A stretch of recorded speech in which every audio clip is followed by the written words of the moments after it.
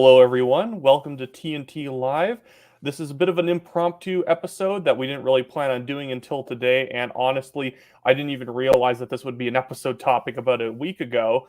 But we are joined, me and Daniel Bordman are joined with Anthony Zambito, former PPC candidate for Dufferin-Caledon, and who is also a former PPC member as of just a few days ago, because I guess for some reason publishing articles that are slightly critical of the PPC at the National Telegraph is forbidden, and Anthony has been thrown out of the kingdom of Maxime Bernier, and we are bringing him on today to be able to talk about the controversy and what happened, why it happened, and kind of sort of the nitty gritty details about why the PPC as a party hasn't really taken off since 2019's first election, and then after 2021, why it's kind of been faltering.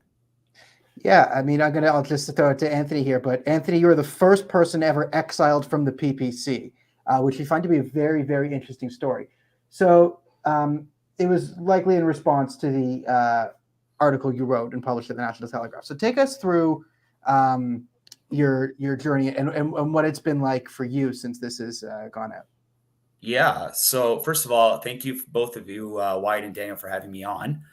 For those who don't know, on Sunday night, I published an opinion piece through the National Telegraph. Which is in the comments section right now if you're looking for it. So. Yeah, feel free to take a look at it. Just kind of an honest opinion, a critique of, what's been happening within the PPC, what PPC headquarters has been doing to kind of, stifle the grassroots movement, and also a critique of Maxime Bernier. It was more of an honest opinion. Like, I didn't expect it to be so antagonistic, and I didn't expect such a strong response afterwards, but it must have struck a chord at PPC HQ. It must have struck a chord with Maxime Bernier, because we published that on Sunday night, and Monday night I was effectively kicked out of the party at every level. I was no longer, I was the candidate in 2021. They told me that's never going to happen again. They kicked me off, they kicked me out from being the CEO of my local EDA, and they kicked me out entirely for being a member with no hearing, nothing, just basically in response to the article. They said that the article that I wrote, it was a clear violation of the party pledge that I had signed, but that is not true. And that is what the PPC is telling right now. That's what they're saying publicly. Well, and the funny thing, too, is that they're acting as if the article was, unprecedented. There was nothing within the party that would suggest that anyone had this opinion. And it was just an out-of-the-nowhere attack, when I think you've told, at least me in the past, that no, you had actually been telling people inside the party that certain things need to be dealt with. The grassroots have to stop being stifled so they can actually do their own work. For quite a while, and after they wouldn't listen, then you published the article, and then they basically accused you of ambushing them with your opinion, as if a libertarian-esque party shouldn't be able to survive someone's own free speech being directed at them in a critical manner. Yeah, that was really weird to me too. The word on Twitter, people are trying to write me off as if I'm some sort of CPC shill. I've never worked for the CPC. I've never been a member of the CPC. I've only been a member of the People's Party of Canada at the federal level. They essentially had an opportunity to listen to an actual PPC member who's trying to get their voice out there, and the PPC decided to ignore it. And yeah, like you said, this isn't unprecedented. This happens all the time in Canadian politics. Conservative members will write about the CPC. This happens in American politics. Nobody's more critical of the Republican Party than other Republicans, and the same thing with Democrats.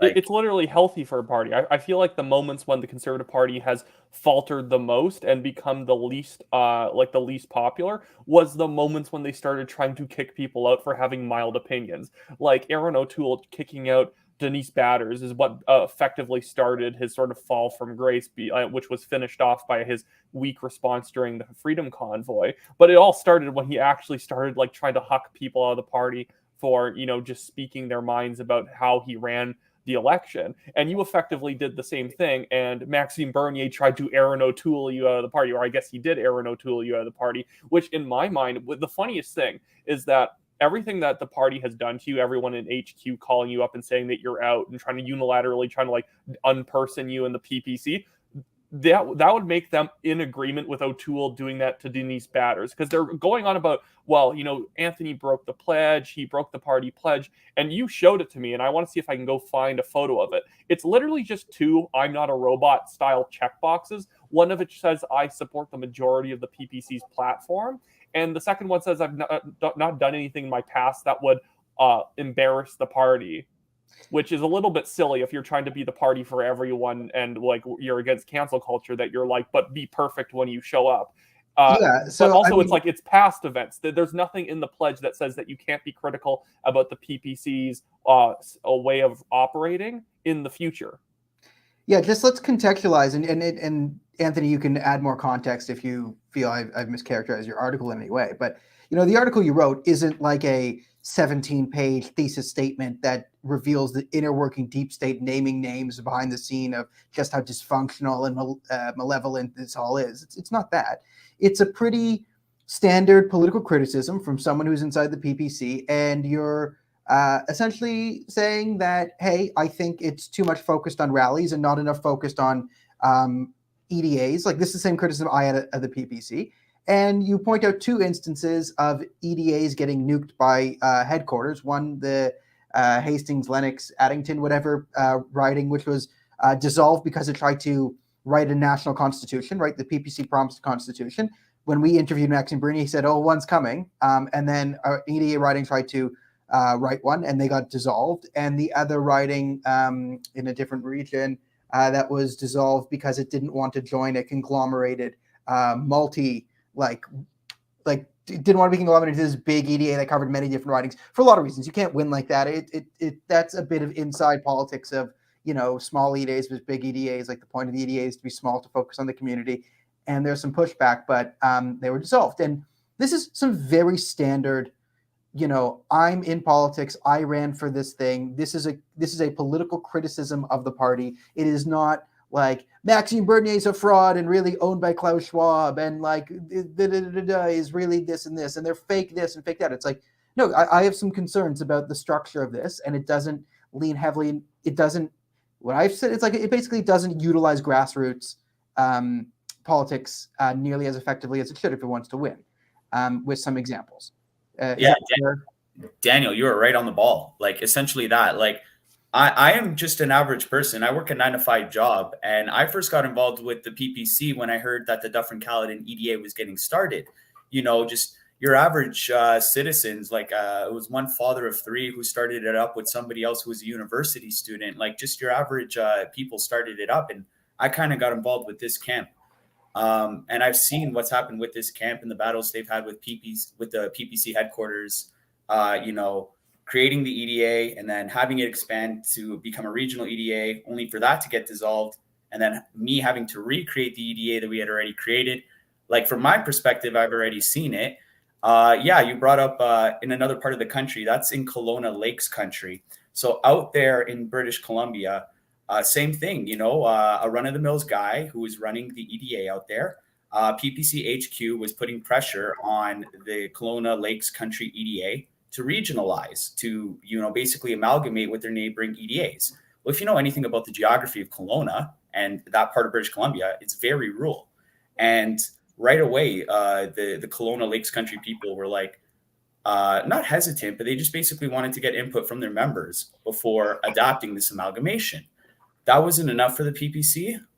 They decided to proceed and dissolve their EDA, basically denying their members the opportunity to vote on regionalization. And in Hastings, Lennox, Addington, they are still advocating that they were drafting a constitution, and they're basically still pleading with the party, saying that this is unjust, that Maxime Bernier is making these decisions, basically calling into question the fact that Maxime Bernier is the sole governing authority of the party. EDAs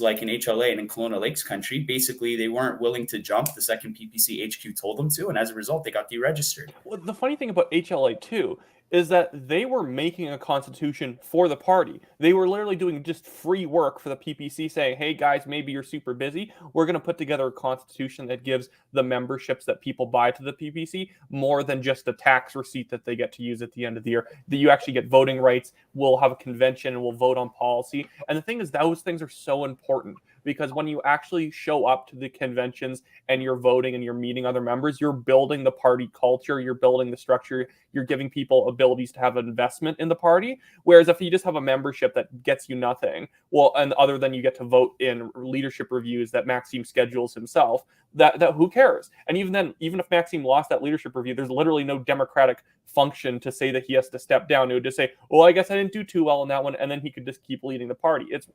It's silly, but HLA doing the free work for the PPC to start a constitution literally got shut down. That's how absurd it is. The thing, if you would, the Conservative Party, I would never say there wasn't corruption in the Conservative Party, but they're never that overt to kick you out for doing something like, oh, I'm going to put forward a constitutional amendment. You're allowed to do that in the Conservative Party. There's a lot of things you can't do, but you can at least do something, not just sort of sit around and wait for Maxime Bernier to tell you what to think. Yeah, and I can understand like if PPCHQ was insulted by the article that I wrote, but like to throw me out without a hearing, that is the biggest thing, you know, to throw me out without an opportunity to appeal, without an opportunity to explain myself. That is the thing that, you know, kind of surprises me the most, especially because the PPC brands himself as being the party of free speech. Like there's a greater irony to all of this. It's like the inception of the PPC was Maxime Bernier, and I think you even wrote this in an article. You gave him his due. Maxime Bernier getting screwed over, and like watching that, and like what was going on in Quebec, and the buying of the votes, and the dairy cartels, and like the narrow margin share won by in the highly suspect election. And PPC was essentially founded on the principle of like, this is not how Canadian politics should work. We're making a party for the people, and at no point has there ever been any say that the people have had in the People's Party of Canada. And listen, I get why some people like the PPC right now. You're anti-lockdown. You know, the government's crazy. You've been forced into your house for 2 years. And Maxime Bernier went around the country saying, you know, enough is enough for the last year or so. And to his credit, you know, enough is enough. He's right about most things lockdown. But the very fact that, again, you look at the pattern of behavior here, which is they claim they want a constitution, and then they don't, and then they spend years and they don't write one. Someone tries to do the work for them. So it's like not just that they're super lazy. If Maxime was just very, very lazy and was just smoking weed and going to rallies and like, oh, I didn't have time to write a constitution, you'd be like, great, someone's doing my homework for me, right? You're the lazy kid in class, and the smart kid's like, can I just do your homework? Yeah. Right. Yeah. Then you say, no, I'm not going to do my homework. I don't want anyone else to do my homework. I'm not going to copy up you in the test. We're just not going to have it done. It means that the PPC headquarters doesn't want a constitution, right? And the thing is that too, is that when we actually had Frank Vaughan on like a year and a half ago or so, he even brought this up, and I've seen the post. I think it's still up if you really go back into Maxime Bernier's Twitter, right after the first election in 2019 that they went through. And it's like, fair enough, they didn't have a constitution up till 2019. They're just getting their sea legs. They're running up to they know an election's coming, so they're trying to move quickly. Fair enough. And then afterwards, Maxime Bernier kind of goes on like vacation. And then when people are like, hey, why did you just go on vacation right after the election and just kind of dumped everything off? He posted a photo of all these like constitution type books with him while he was at the lake or something, like all these sort of conservative philosophy books, as if he was writing anything, like when it was like Constitution on its way or something stupid. And it's like, it's 3 years later now and we still don't have anything. At some point someone needs to call you out. Now is Wyatt, so I'm going to cut you off here and say the question is, I think we've seen proof that he doesn't want a constitution. The question is, why doesn't he want a constitution? And this is my Occam's razor thing. The simplest answer is often the base, because a constitution could be used to remove him from leadership. It means someone else could take over the PPC. And this is what it said, is the PPC is not a political party anymore. It's the Maxime Bernier show. And I think there's enough evidence coming towards that, where they're not doing the things they need to win elections, not expanding grassroots and the ground game and all this. These just going around on Twitter and going around the country saying like very sort of, I say it both literally and figuratively, the fringe things, right? We the fringe, I get it. Like, but he's kind of taking positions that are just like really, you know, for like a hardcore base that to just like draw in financial support that he's never going to win with. Like, I don't know why Maxime Bernier was foreign policy advisor under Stephen Harper, and Maxime Bernier knows that he shouldn't be taking his current position on Russia. Like, he should know geopolitics better to know that, you know, the criticism of the Ukrainian stuff isn't actually as valid. It's more complicated than that. Like, yes, there's some money laundering in Ukraine. But like, to pretend that Ukraine's the most corrupt country in the world, like, no. Like, when we gave Afghanistan money, the president like just like ran away with it, and like it's just like it's not the same thing. Like, he knew as foreign policy secretary that like appeasement of dictators doesn't work, and now he's kind of tweeting. Now he's kind of, because the reason you would go and like back and push some like, you know, quasi pro-Russian stuff is because you want the people who are like so down the rabbit hole who think of you as the savior, and he's sort of building a cult of personality. And in my estimation, the reasoning here is follows: he doesn't want a constitution, so he can't be removed, and then he wants to build up a hardcore base of followers, the most hardcore and loyal, that will always accept him because he's always telling them they want to hear, so he can continue to siphon money off of them indefinitely. That's my opinion of what the PPC looks like from the last 4 years of its behavior. That is essentially it. You nail on the head again. You know, the PPC, like the people who joined the PPC in 2018 when it first started, those are not the people that like most of those people aren't around anymore. They've left the party. In addition to that too, like Maxime, I love this comment. What did he say? Sounds BL sounds like PPC is becoming an in real life version of one of those political Twitch streamers. Like, pretty much, yeah. I mean, like, no, actually, here, let me say this. Like, there are a lot of PPC members that I have respect for. There's a lot of I talk to PPC candidates all the time, and I love them. They're like great citizens who just like took up the call and wanted to get involved. But like, my problem is they're getting no support from HQ. Like, they're fighting a war, and the general's MIA. And this is another thing too. Like, you know, I wrote my article. The thing that the PPC headquarters doesn't know is that I keep in touch with more PPC members on the daily than they do. I'm in touch with, like, you know, candidates, volunteers, and a lot of them are split on their thoughts on my article. Half of them some of them have outspokenly said that they support what I've written. For instance, the team at HLA, Maggie Sagunis, who represented Cambridge, she came out and supported me.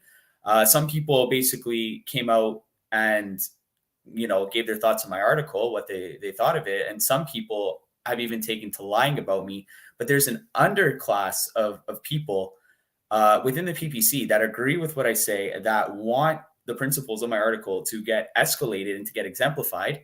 Now they're scared, though, that if they go against what the PPC says, they're going to get kicked out. It's almost like they tried to make an example of me, that if you go against what Maxime Bernier wants, what the PPC wants, you're going to get up expelled, like that ill and unprofessional party pledge violating guy in Dufferin-Caledon. Yeah, that's why I don't like this. Like, I hated Aaron O'Toole. Like, I didn't vote. We were literally the first publication out there that was like explicitly anti Aaron O'Toole. For any of those like flat out mouth breathers out there who are like, you guys are just CPC shills if you don't like Maxime Bernier. Yeah, I see someone in the comments is asking for the article. The article is in the comments if you're looking for it. I put it in there. If you can scroll up. This is one of the, like, this is the major flaw of the O'Toole era, which is just like the excommunications, this thirst for power from Aaron O'Toole that we saw, where he wasn't willing to engage with the grassroots. He wasn't willing to listen. He had his GTA Toronto advisors, and they were like, I talked to conservative, like same like you. I would talk to people out in BC, like conservative activists in BC who were running EDAs, and the people who would run, they would fly people in from Ontario to tell them what to do. And they'd be like, no, I know my neighborhood better than you do. And they'd be like, you're out. And like, what? No, you're out. And like Ontario people just kick him out. Like, because like Aaron O'Toole knew best. Aaron O'Toole would know how to win the GTA, and the whole country is the GTA. And it's like, no, it's not. Right. And this sort of excommunicating anyone who would like who was just different than him. Right. Polyev was more popular, so he demoted him. Denise Bathers said some conservative things. She was kicked out. You know, the whole Bill C4 debacle, which he just rammed that whole thing through. And that was essentially what, and all this did come back to bite Aaron O'Toole in the ass, but that's because he didn't found the CPC. Like, the CPC had a constitution. It was a party. It predated him. There were mechanisms to remove him that he pissed off enough people, and they implemented, and they pulled the levers. This seems to be a story, though, of the PPC making sure that none of these mechanisms ever get built. And it will ultimately destroy their party, I think, because their founding principle was power to the people, and this would be the people's party, and the people could remove it anytime they want, and that just seems to not be true. This seems to be the Maxime Bernier show.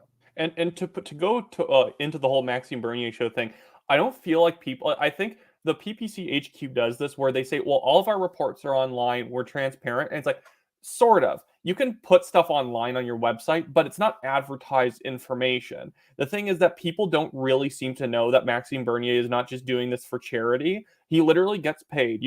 I'll bring it up on screen right now, or not this one. Oh, I had to go find it. I literally have it on screen on another page. But Maxime Bernier gets paid $104,000 a year for everything he does.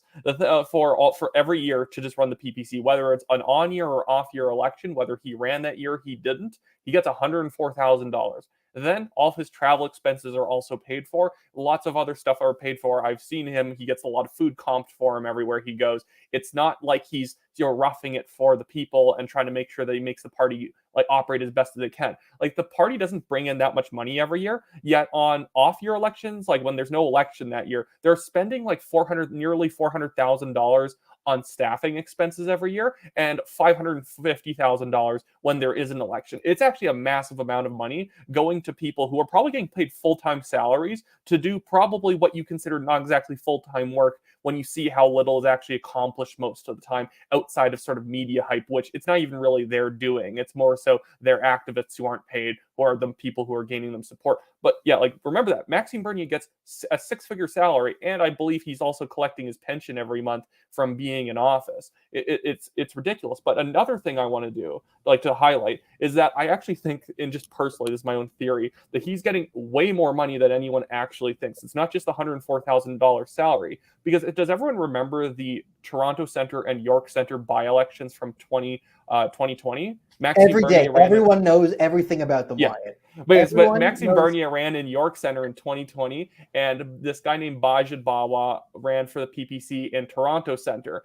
And together, both of them got, like combined, both of them got less than 1,000 votes. And this is elections where the winners were like getting like 23,000 votes or something like that, or like maybe it's like 17,000, but they're getting like over 10,000 votes for the winner. And these two together didn't even get 10,000 in their two ridings. They spent, and here's the thing at the bottom, you can see this party transferred and spent $42,280 to the candidates in those by-elections, i.e. Maxime Bernier and Bajid Bawa.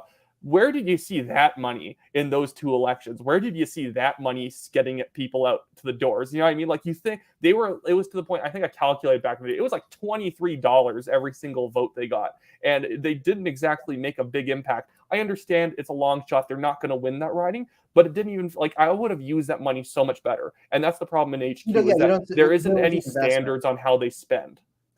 Yeah, like, and it's, like, listen, I think the leader of the PPC should be drawing salary from the PPC. Like, I'm not expecting anyone to work for nothing, and that is like a job, and you can do it. But if part of your criticism of the establishment is, oh, all these greedy politicians, I'm different, well, you're not acting in a way that's any different, really. Like, you're also drawing a pension from your previous time, and like, where are we seeing this investment? Like, are we really seeing this investment pay off in any type of ground game? Like Maxime Bernier, he goes to rallies and he speaks, and we see him on Twitter making tweets. Like, I have a Twitter account. It doesn't cost $100,000 for me to tweet daily. And I just want to clarify, I'm also not against the party leader making money. It's more so, do I see that $104,000 on the field when he's out there? Like the problem with rallies too, and I think we would all agree, the problem with rallies is that the mom who shops at Safeway and buys her coffee at Starbucks, who's not super political, is not going to different parties' rallies to figure out who she's going to vote for. She's just going to sit at home. If someone knocks on her door, she'll talk to them, and then maybe she likes a couple things they said. She gets a couple emails from some people. She got a couple mailers she looked at, but it's mostly people vote based on who talked to them. They're not going to PPC rallies. The people who go to PPC rallies support the PPC, just as people who go and see Jagmeet Singh at NDP rallies are NDPers. Mm-hmm. Yeah, like Maxime Bernier showing up to these rallies, like I can understand at the height of COVID, when you had 20,000, 30,000 people, at Queen's Park. I attended a lot of those rallies too, right? And they're important in the sense that they're good for networking, they're good for making contacts. A lot of volunteers for the PPC, made their way to the PPC from these rallies. I'm like, the thing is though, you can't just keep doing that for 3 years and expect a different result. Yeah, like you said, Wyatt, he's spending $42,000 in a Toronto by-election. How come I'm able to get 4 times the votes with a quarter of the money? Okay, mind you, it was a much general election. I was fortunate enough to get 4,300. Yeah, there was a bit of a wave happening at that point against COVID. Fair enough. But the thing is that I feel like the leader in York Centre, which is a Conservative riding, I think they actually prevented the Conservatives from winning it back. I don't really care. I don't really like the argument that the PPC caused the Conservatives to lose. If you're not voting for the Conservatives, I think York Centre was Liberal. It was Michael Levitt who held it, and then went to Yarra Sachs. I think it was like a riding that the Conservatives could have technically won. The Conservatives could have won that one. It was also it was a more conservative. I'm thinking relative to Toronto Centre. Like they technically could have won it. I don't buy the nonsense that the PPC prevented the Conservatives from winning the riding. No one it's not your vote if you didn't win the vote. At the same time, it never felt like Maxime Bernier's kind of name recognition was actually rubbing off in that riding. And a riding that his name recognition would rub off on, and I keep getting flack for bringing this up, is in Beauce. And in 2019, when he had the better chance, and in 2021, he was nowhere to be seen. And I understand that, I want to rally support all around the country. But let's make sure that we can prove that the formula of the party works in one riding first. Elizabeth May, when she was trying to get herself elected, I think she first got elected in like 2006 or 2004. When she first got elected, it wasn't because she was touring the country and people out in Nanaimo or whatever small town is in her Vancouver Island kind of little area. They didn't vote for her just because they happened to like her. It's because she organized all the Green Party's resources in that area and make sure that they could prove that the Green Party could win a seat. The problem is in 2019, he actually wasn't even that far away from winning. I think he was like 9 points down, which is not much considering the fact that he didn't put that much effort into the area. If he stuck around and just pooled the PPC resources and said, hey guys, just letting you know, I don't think it should be surprising. No one else is going to win. This is our first election. Most parties don't even survive their first election. But if I can get reelected, we're going to explode, and we can probably even coax some CPC people who are dissatisfied with Scheer and O'Toole over to our side. But that didn't happen. It was like it's frustrating when I see someone almost acting in such a way to ensure that they don't actually have to do work in Parliament, because he's still being paid a parliamentary salary effectively. Yeah, he is. I'm not going back to what Daniel was saying before too. I'm not against the fact that he's like earning a salary. I think it's modest, but it's just he's not even using it for his town in Beauce. Like, how much time does he even spend in Beauce? He actually lost votes between the 2019 election and the 2021 election in Beauce. What does that make me think? That makes you think that he doesn't connect with his own riding. Number one. Number two, I think it would be worth his time to show people how to campaign in their ridings, rather than like last election. The campaign strategy for Maxime Bernier, at least from my perspective in my Ontario riding, was, hey, Maxime Bernier is going to be attending a rally in location X. Bring all your supporters to location X. And, I did that one day. I ended up losing almost an entire day of campaigning. I asked myself, if Maxime Bernier was to stay in Beauce and just like do a good job there, I wonder if that would be more impactful across the country. But obviously PPC does HQ wouldn't want to hear an opinion like that. And even then, you're actually right. When you tell someone to like a candidates to say, send all your supporters and volunteers to like sort of geographical location X because we're having a rally, you're to a certain extent wasting their time. Rallies are great almost between elections. Like big parties do them for photo ops every once in a while, but these massive parties like the Conservatives, Liberals have enough people where they can kind of throw some of their members over to that rally to sort of give them a backdrop to take photos with. But when you're a small party, all those people could be door knocking, all those people could be doing phone calling, all those people could be in their areas. When you're a small grassroots party, you have to just double down on the fact that you're a grassroots party and invest in the volunteers. Don't invest in the tour, because the tour can happen afterwards. That's where you drum up support when an election's not on, where you don't need to be in specific areas. And again, like I don't think that he even won any more votes by touring. I think he ended up just creating more social media hype. Maybe he got a little bit out of it, but again, he would have done so much better if he's in Beauce. And again, I'm not just reserving this and like sort of having this double standard where I don't care if the Conservatives aren't making the same mistakes. Pierre Poilievre just made the same mistakes in Mississauga Lakeshore. He did not go to the riding, and he lost it. Ron Chahizer or whatever, I forget I can't pronounce his name. What? Kinzer, is it? Chinzer, there you go. I heard it today on Andrew Lawton's show, which is a great show. But watch this one before you go and watch whatever Andrew Lawton just did. But like Pierre Poilievre is known for his viral videos and rallying support. Like, he won the Conservative leadership race with like record-breaking numbers, basically, and he didn't try and help out a Mississauga candidate who had a realistic chance of winning. By-elections have very poor turnout, and if Pierre Poilievre brought some of sort of like the magic to that riding, did some viral videos in Mississauga Lakeshore, showed how Pierre Poilievre's Justin Trudeau's running the economy in that area, I think he could have rallied out a few thousand more voters and actually like given the Liberal a run for their money. Even if they didn't win, they could say, hey, we brought the margin down to just 1% when it used to be like 5%. That would have been a great thing to do anyways, but it's like he was too scared that he'd lose. And I think in the same sense, Maxime Bernier was almost scared that if he tried in Beauce, he would lose and he would look worse. That's a good point. I think that he needs to step it up. And this is another question too. He needs to step it up in Beauce. And also, this is like a real criticism here. You got to ask yourself, if Maxime Bernier was lucky enough to form government, would he make a good prime minister?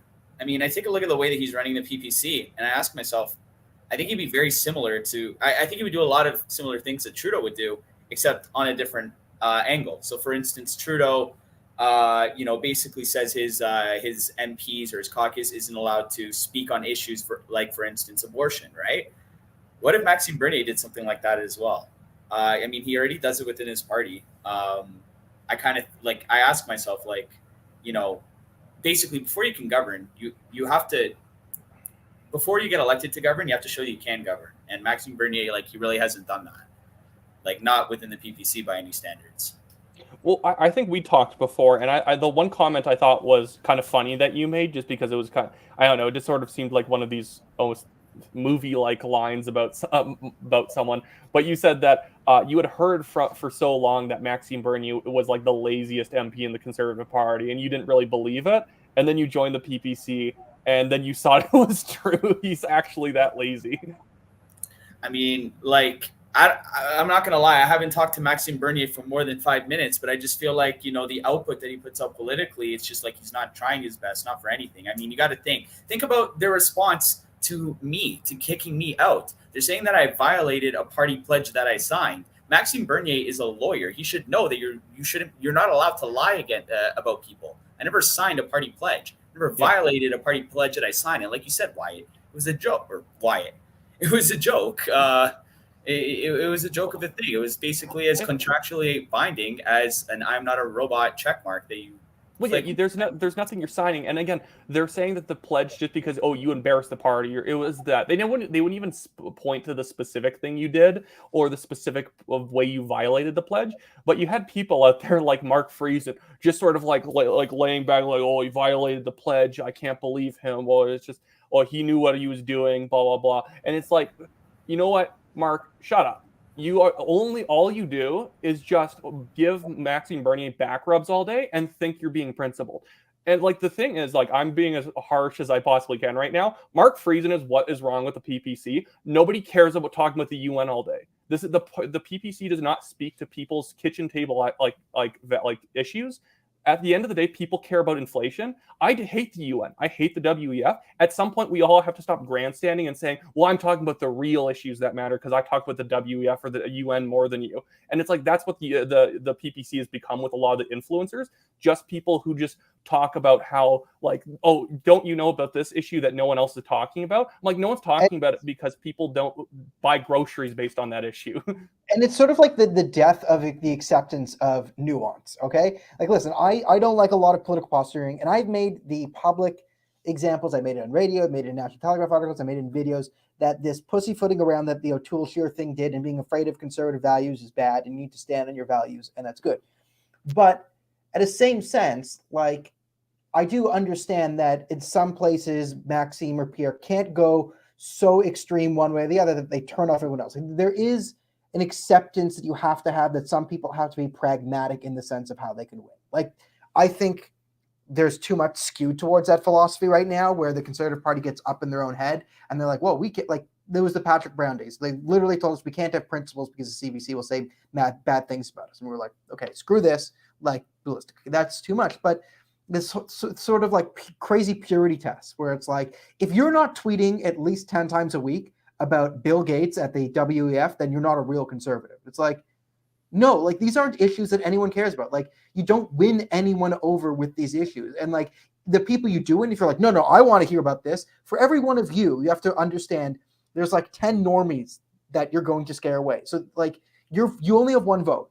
And like if your issues are like, listen, my issues are we don't nuke the UN enough. Like I would nuke the UN. Like if someone said like we're just thermonuclear strike, I want to start a nuclear war against the United Nations, I'd be like, I know this doesn't make sense rationally. It's a bad idea, but you got my vote.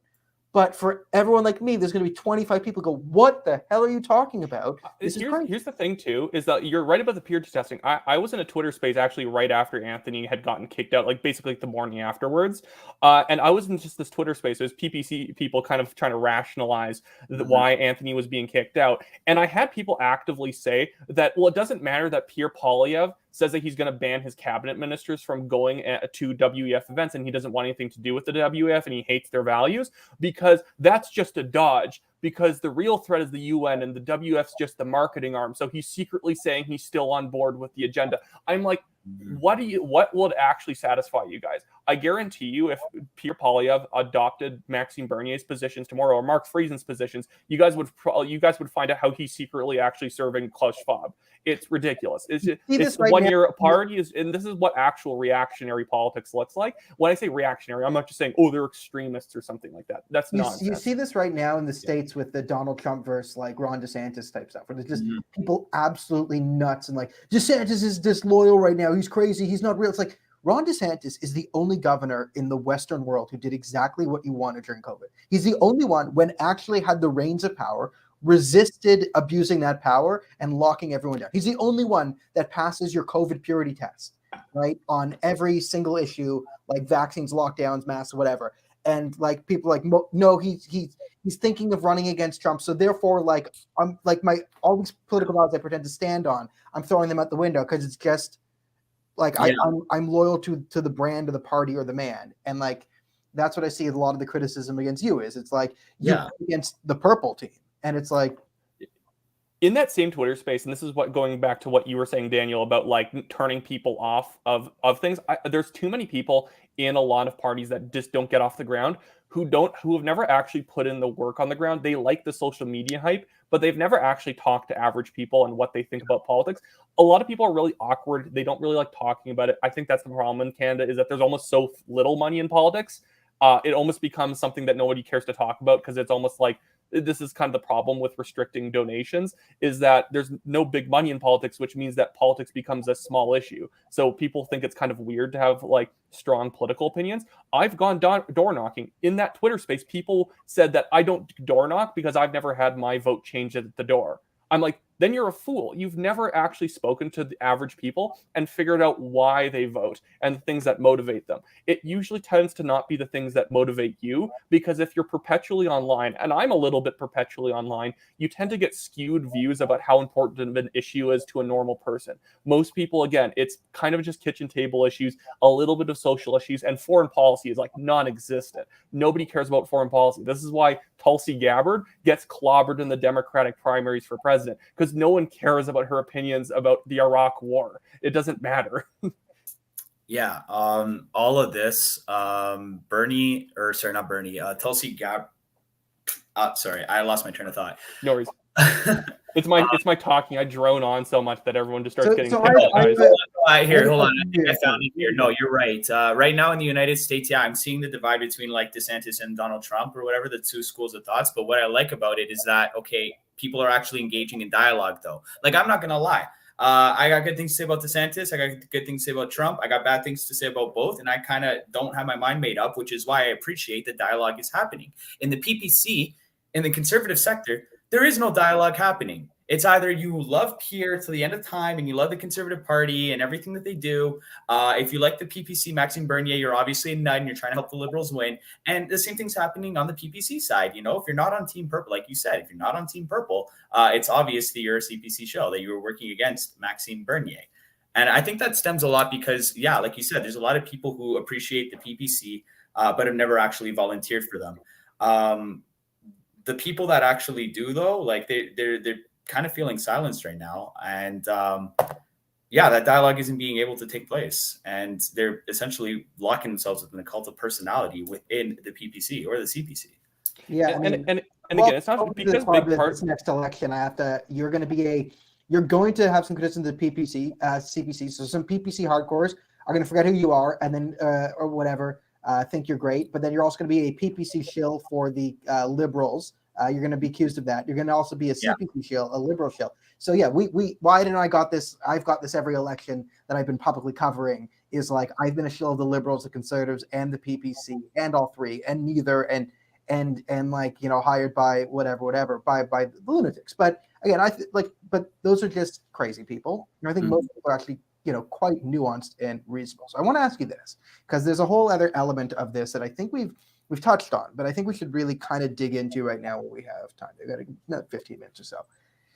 What was it like getting calls and interacting with the party like after this article? So it's one thing to write the article. Yeah. It's another thing to get kicked out of the party. It's a whole other thing to have the party call you after you publicly express an opinion. And what was that like for you? So great question. Adrian Zikowski, or whatever his name is, he's the national coordinator for the PPC, called me at around 8:30 my time, and basically on a phone call, immediately talked about how my article was false information, talked about how I don't know what's going on. I have no idea the complexity of everything that's going on, talked about my unprofessionalism, talked about how I violated the party pledge that I signed. And as a result of all of this, I was dismissed from the party. He was like visibly angry.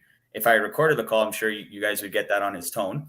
I asked him if I was the first person kicked out of the party entirely. He said yes. And I was like, wow, that is surprising. A lot of people think that the PPC is the only party that's never been infiltrated, but I tend to disagree on that. And I was surprised that I was the first person to get kicked out and not some of the infiltrators. He was very rude in the sense that he kind of talked about how what I wrote in my article was confidential as well, but he can never pinpoint exactly what was false information and what was confidential. And I tried to get it out of him. He just said, we're not going to go into it any further. It's talking about, it's all legal. And we said, we had to say, this discussion is final. Do you understand? I kept pushing Adrian for an email because he was speaking very quickly on the phone. I wanted to make sure I got it all down packed. He sent me an email, and Adrian's communication is very adamant that this is the final communication. The PPC does not want to discuss anything with me anymore. I've essentially been blacklisted and erased from the party.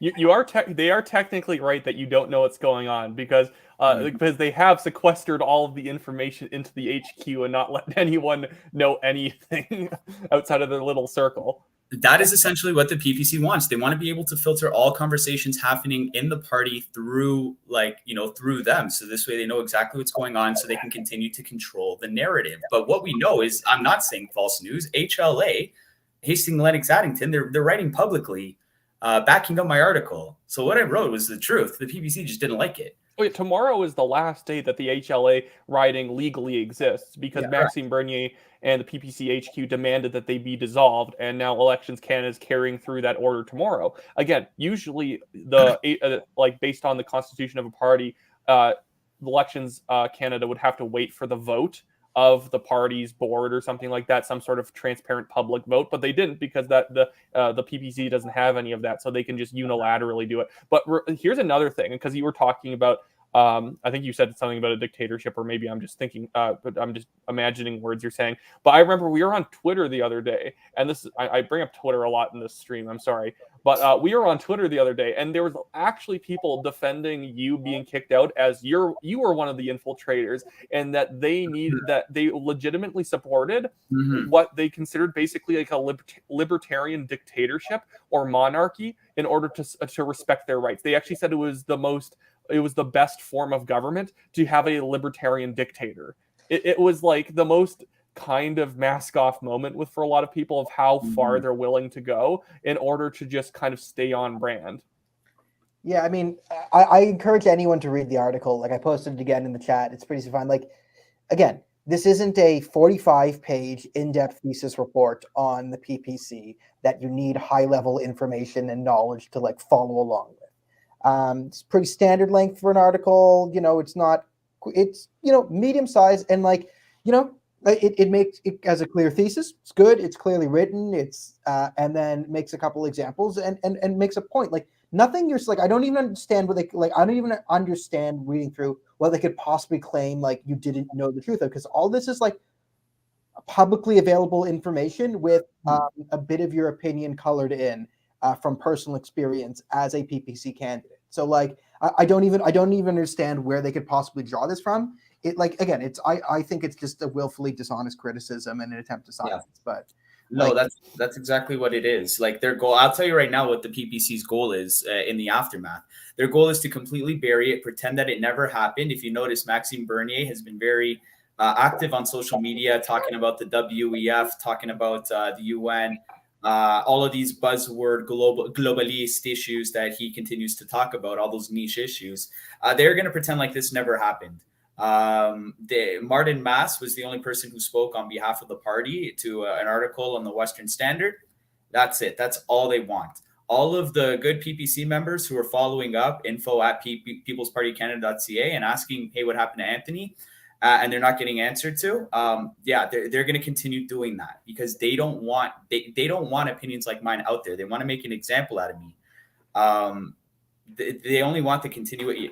And again, people can't hide behind the thing of like, oh, it was so small, they shouldn't have to answer anything to this. It's such an irrelevant situation. Like if it was so irrelevant, then ignore Anthony's criticisms. And again, the funny thing is that if Maxime Bernier wanted to, he could have just tweeted out, I don't know what Anthony's talking about. We empower the grassroots. And he'd probably have a mass of people saying, yes, Maxime, you're 100% right. We're all being empowered all day long. And the thing is, he could have done that, but you could tell how insecure they are. You could tell that they knew it was true based on how fast they acted. And also, by the way, and I just had someone actually message me on Twitter. I'm sorry, it's like the 10th time I brought up Twitter this stream.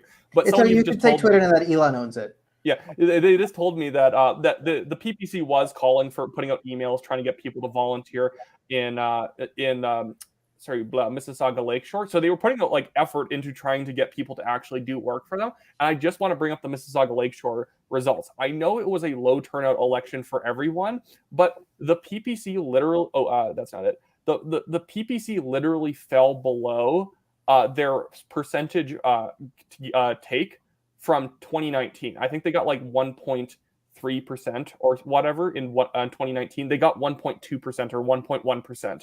in the 2022 by-election.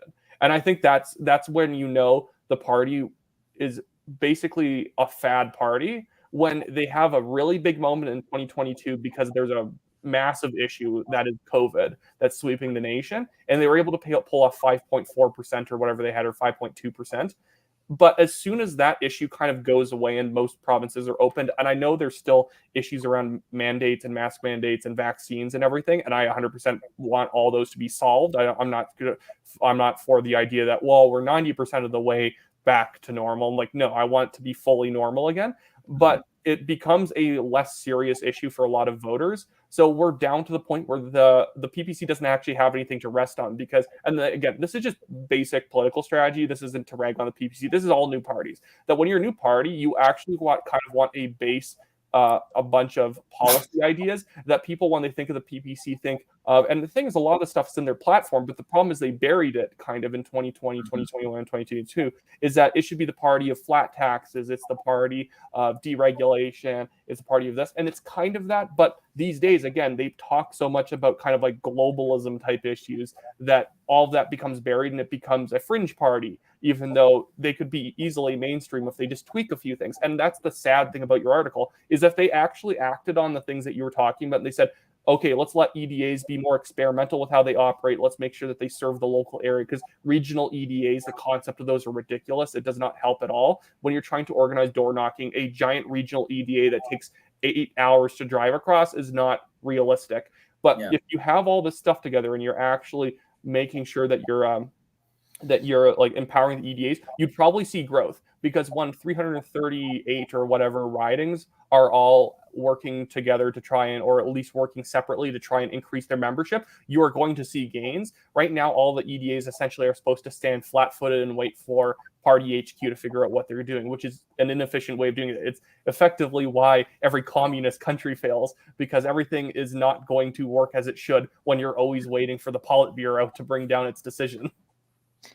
Yeah, and the other thing is like the PPC in like by-elections, like you need to really like invest like in groundwork that you don't need to win, but like you need to show you can get over 5%. Like this is where you need to really heavily invest, go around, tell people your values, like spend time in it so you can get 7% and go, look, the PPC is growing, and keep the national conversation live. And like this is why we talk about you need to invest in like one riding. Do what Elizabeth May did. Find a bunch of hippies. Find the right-wing equivalent of hippies. If it's Bose, fine, go to Bose. If it's not Bose, find some place where there's like enough, where you find like, okay, this is the riding, where there's enough of like anti-hippies, let's say, like very based hippies. And you just say PPC, you start the cult of the PPC, you focus on what, like you build that thing. And then you say like, okay, we're going to win one. We're going to get into office. Because then you show, hey, we can actually win a seat. Like once you have one, you're like, the PPC is now a viable alternative. Then you get more national coverage that boosts you up a few percent, and then you've built a base you can go and grow from there. Like it sucks that like this isn't Europe, where like parties can come out of nowhere because of proportional representation, right? If this was Europe, this is a different thing, but this is Canada, right? And you have to play the game as it's set to a Canadian system. And the absolute refusal to play to win in this environment is another thing. And like, yeah, they're right. Like the PPC is good when they're talking about their policies and like conservative stuff and pushing the Conservative Party forward. And that draws people to them. Like that's what I liked about them at the beginning, when it's like, these are our policies. Let's do this. Here's what we think about taxes, whatever. And this brings people into the party. Like you should be saying, also in Canada, this isn't America. You need to make a case for yourself to win. Like you can't just say other guy bad.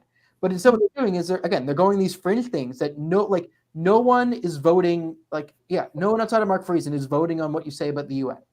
Mm-hmm. People want to know, like, how does your policy affect my family? That's what they want to know, right? So you go with that, and then you build out from there. But, like, again, they're just rambling about the United Nations on Twitter, and it's like, this is why they're not growing. Like, it's not just the United Nations, it's niche issues altogether. When the PPC first started, the niche issue of the day was the supply cartel. We have to stop the milk mafia. Yeah, and we have to stop the globalists at the highest level, right? This most recent federal election came around. The big ticket issue was COVID vaccines and passports, right? Now, the key issue, or at least the latest key issue that I saw the PPC really going hard for, was the situation that happened in Halton Hills with the large-breasted implant teacher. Like, the reason why Bernier only goes after these niche issues, whether it be the UN, whether it be, a pervert in a classroom or anything like that, it's not because he wants to institute change in a political way, right? It's because he wants to drive donations, because that's essentially clickbait for him. When he sends out his mailer and people see a hot topic issue that Rebel's reporting on, like, for instance, Mrs. Lemieux's giant, like, don't get me wrong, those breasts are awful. Yeah. But that is not what a national party should be talking about. The thing is that other parties have done it, and I've supported them sending out an email in general and addressing the issue of basically like, hey, perverts shouldn't be allowed in the classroom like this, but that's where it ends, and then you move on to something else. It's like in 2021, it would have been fantastic where they were like, these passports are awful, all these mandates are awful. Also, we need to be going to a 10% flat tax so small businesses and people can actually have money to survive this inflation. We need to be able to grow our economy at this time that it's contracted. And hit stuff where people who aren't super invested in these deep political issues will understand. And then election to election, it's always that. And that's why we need this 10% flat tax. No matter what the sort of big issue of the day is, you can always also draw it back to the 10% flat tax. You can always draw it back to the fact that this is why we need to stop spending on this. This is why we have to delete this program. This is why we need this program and stuff like that. That would be fantastic. What I think is what I think, and I'll let you know why do you guys agree with this, is like what we're saying is not don't get into these things. Like we want a political party to take a stance on certain culture war issues. Like let's say, like hormone blockers for children. But we don't want political parties to get into the weeds of the culture war. Like that's for us. Like they need to be like they need to say like not gaslight. Like yeah, you guys fighting this fight. You're right. We stand with you, and that's why taxes should be lower and like national issues, right? So, political parties exist to enact political change. And, it would have been great, like, for instance, the PPC, wanted to organize some sort of delegation to speak in front of Parliament or something along those lines. Or if an EDA went out to support the parents that are advocating against Mrs. Lemieux or whatever the heck his or her name is, instead of, like, organizing a national, like, donation strategy, newsletter strategy. Go door to door in those local areas based on local issues and sign people up saying we're the only people fighting for this, so we want to keep you informed on this issue and push to end it. We are also from the PPC, and you can even be upfront about the fact you're from the PPC. But because no one else is talking about this, we're organizing on the ground to mobilize parents or mobilize, sort of like workers in this area against this thing, or mobilizing small business owners. You can do tons of little things like that, and it would be fantastic. But yeah, when you're only talking about the things that trend on Twitter, you're going to lose the vast majority of people who don't care about Twitter. And the thing is, people don't forget, and goes back to my Tulsi Gabbard example. Tulsi Gabbard is a fairly well-known person on Twitter, but the person who won the 2020 Democratic primary was Joe Biden, who couldn't trend on Twitter if he tried back then. There was so many people who were outspending Joe Biden, who had a bigger social media presence. Mike Bloomberg blew $1 billion in that race and won like Guam or something like that. It was pathetic. Or I think it was like Puerto Rico or something. Don't you dare insult Guam. Yeah, I guess that's the place that Tulsi Gabbard got her 2 delegates from, was Puerto Rico. But Tulsi Gabbard was shocked how bad she did because she would trend on Twitter every once in a while, and she'd do really well there. Her clips would do well on Twitter.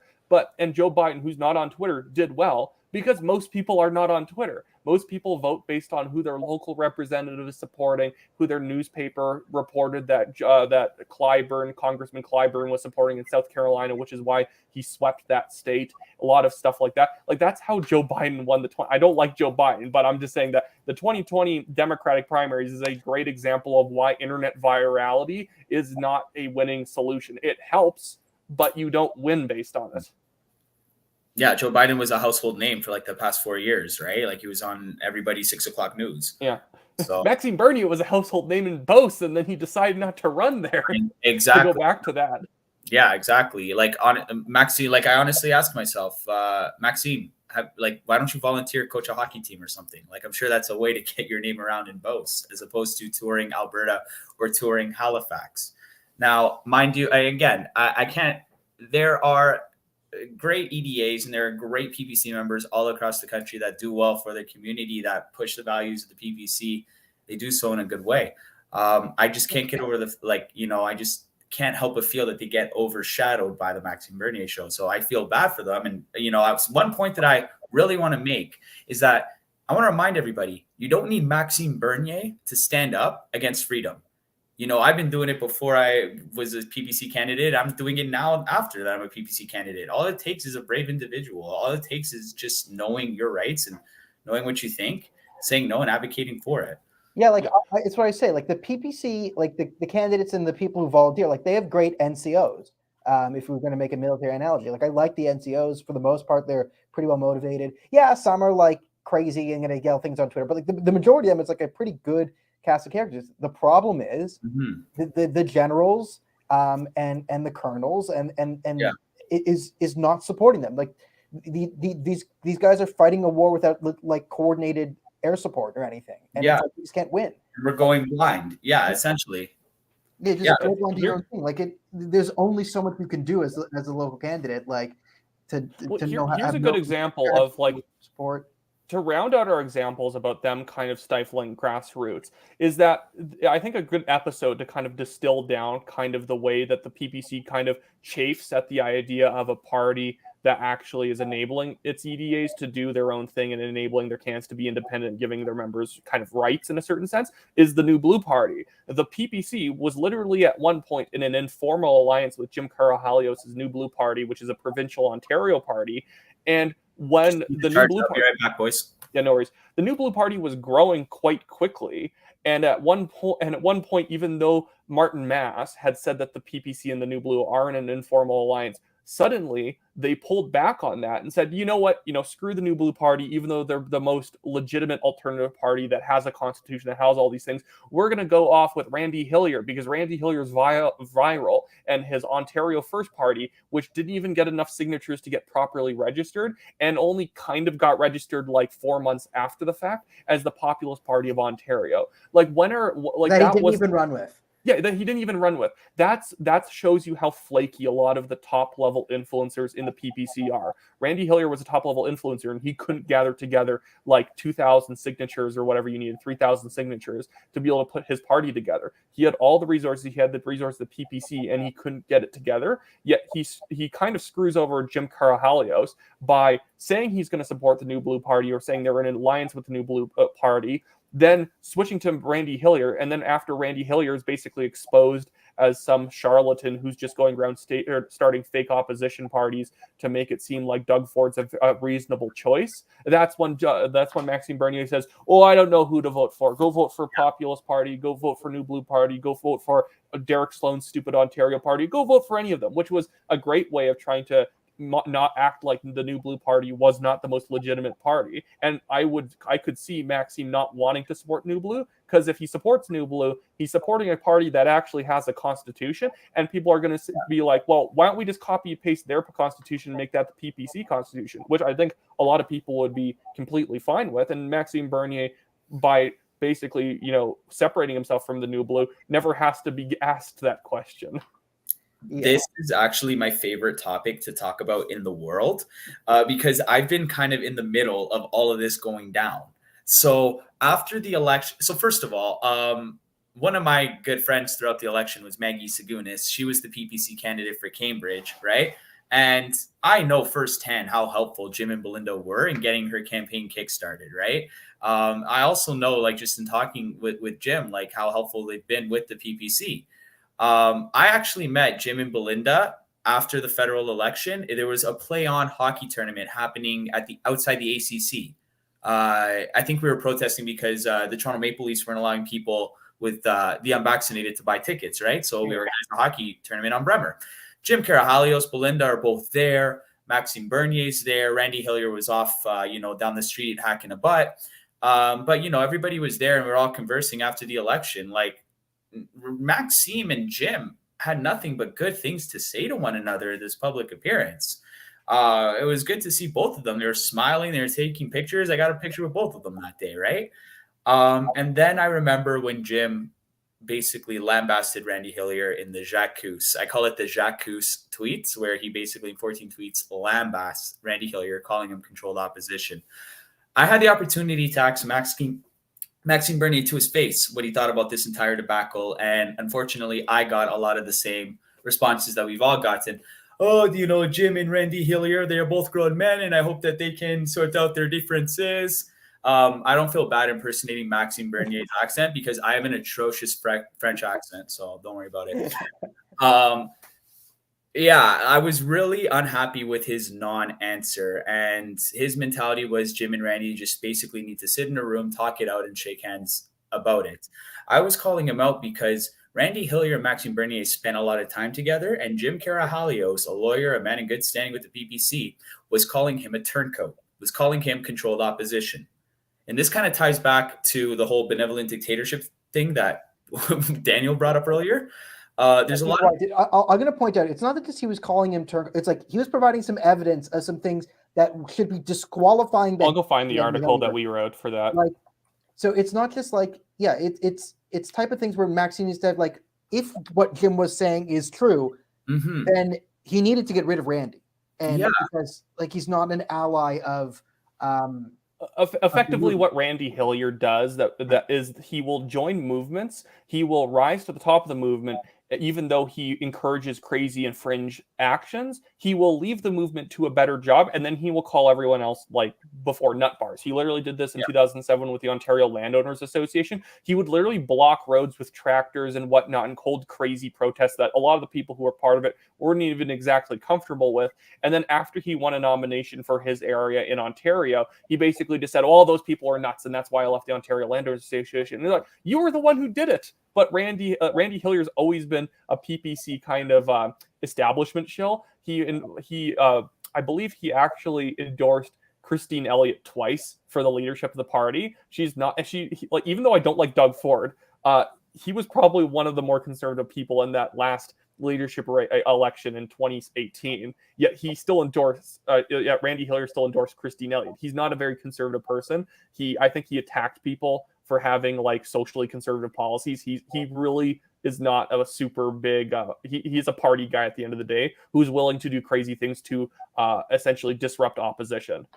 Well, you're absolutely right about his character there, but I was kind of putting it in. I agree completely with what you're saying.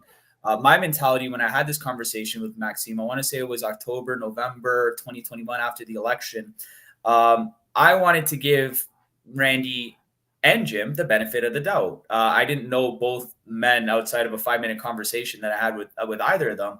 My mentality was Maxime has an opportunity to either A, identify a turncoat, or B, prove that Jim Karahalios is a fraud. And his non-answer basically gave me the answer that I needed to hear, that Jim didn't say anything that wasn't true.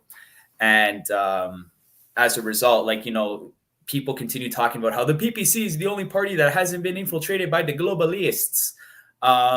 But the reality is they've been infiltrated by controlled opposition. Take a look at Randy Hillier in Ontario. Take a look at Jim Torma in Ontario. I would argue it's already happened. So this whole mentality that Maxime needs to be at the top to only keep the good people in, it hasn't happened in reality. So what are we doing? Yeah, and I'm also seeing some interesting sources where they might be getting finances from right now.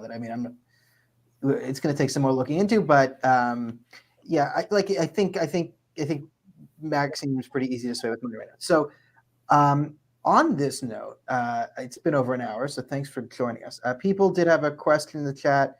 BL was the comment. Where can I find Anthony since he's been removed from the Purples? So Anthony, tell the people how they can follow you. And you have to follow. That's after you like and subscribe and click all the buttons for us in the National Telegraph. But after, I'll throw his Twitter link in the chat.